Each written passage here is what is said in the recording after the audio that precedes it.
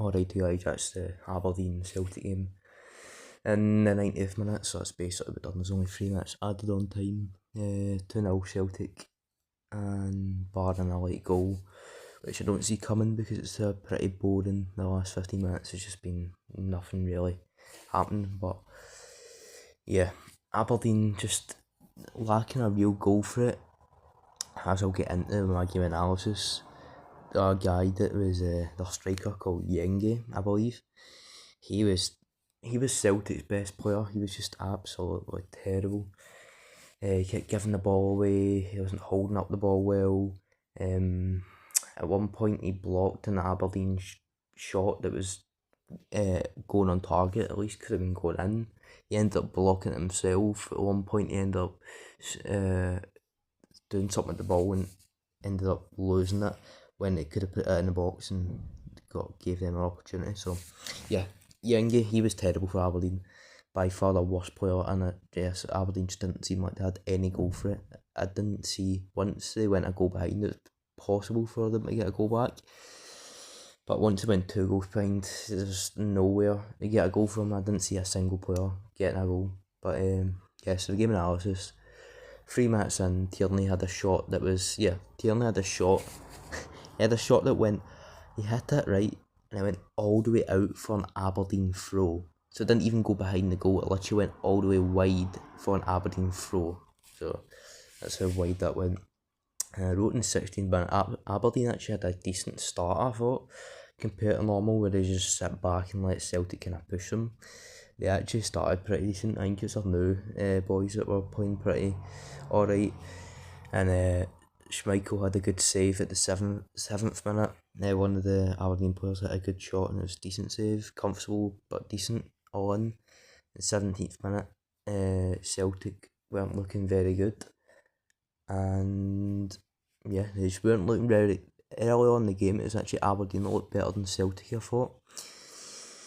But yeah, it's all overall pretty even in the first 20 odd minute. Yeah, in 21st I wrote as well, Celtic didn't have any killer passes.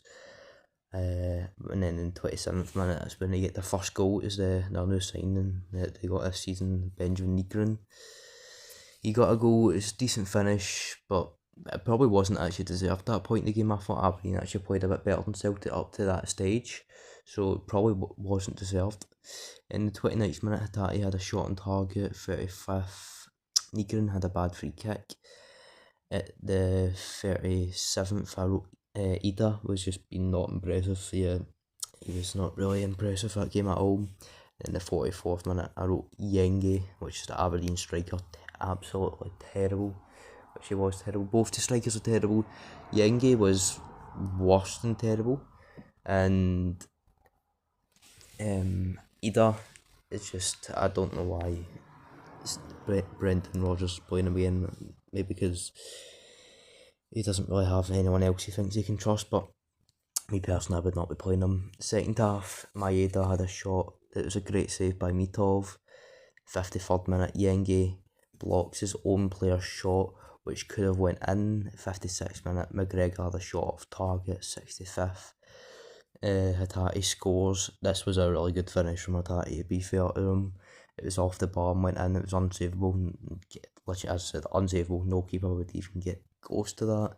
67th minute, Maeda stumbles after a through on goal.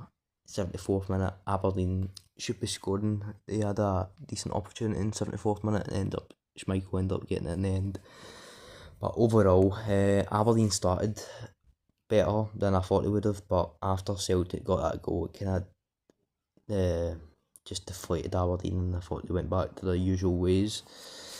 And yeah, just usual, they kind of lie down after they go a goal or two behind, especially after Celtic got the second. They just played terrible and let Celtic keep the ball and do it basically what they wanted. It was very comfortable for Celtic after they got the second goal, which is exactly what they'd be wanting. So yeah, overall, Aberdeen should not be playing their striker Yenge for the next game. I even watched some of the highlights where in the previous game when they were playing Hearts, and he was absolutely terrible in that as well, because I think he's quite tall, so just signed him, it'd be like a hold-up player.